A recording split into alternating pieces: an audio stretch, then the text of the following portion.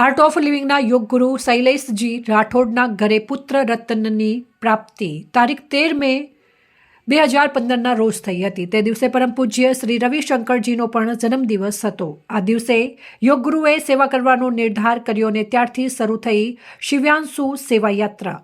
દર રવિવારે સાત્વિક ભોજન અને નાસ્તો તેમજ મેડિકલ સેવા અને ગરીબો માટે ભણતરની સેવા શરૂ કરવામાં આવી અને આજે 3 લાખથી વધુ લોકો આ સેવાનો લાભ લઈ ચૂક્યા છે। ત્યારે સ્વયંસેવકોની એક મોટી ટીમ દ્વારા ગુજરાતના 12 શહેરોમાં પણ શિવાંશુ સેવા શરૂ કરવામાં આવી છે। ડીસામાં છેલ્લા 5 વર્ષથી શિવાંશુ સેવામાં નાસ્તો અને ભોજન આપવામાં આવે છે અને આજ રોજ ગરીબ બાળકોને નાસ્તાની સેવા પૂરી પાડવામાં આવી હતી। આ શિવાંશુ સેવા અંગે યોગ ગુરુ શ્રી શૈલેષજી રાઠોડે વધુ માહિતી આપી હતી। જય ગુરુદેવ।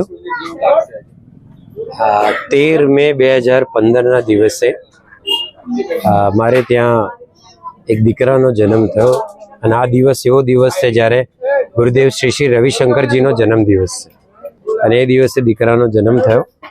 ત્યારથી એ દીકરાની આવવાની ખુશીમાં ગરીબ બાળકોને કંઈ ખવડાવવાની અથવા એ લોકોને ભણાવવાની અથવા એમને દવા આપવાની સેવા શરૂ થઈ અને નામ આપવામાં આવ્યું શિવાંશુ સેવા। આજે છેલ્લા 10 વર્ષમાં 3 લાખથી વધારે બાળકોને જમાડી ચૂક્યા છે।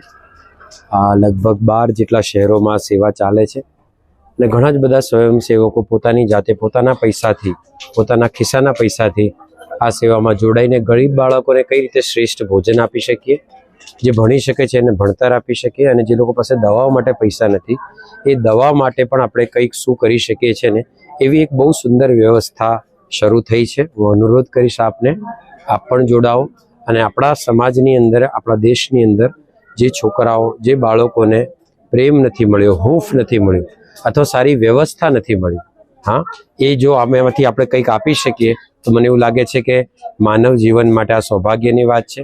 તમે પણ જોડાઓ અને જોડાઈને બાળકોના જીવનને આગળ વધારવા માટે કંઈક સેવા કરો। જય ગુરુદેવ। અહેવાલ અમૃતમાળી, સંબંધ ભારત ન્યૂઝ, ડીસા।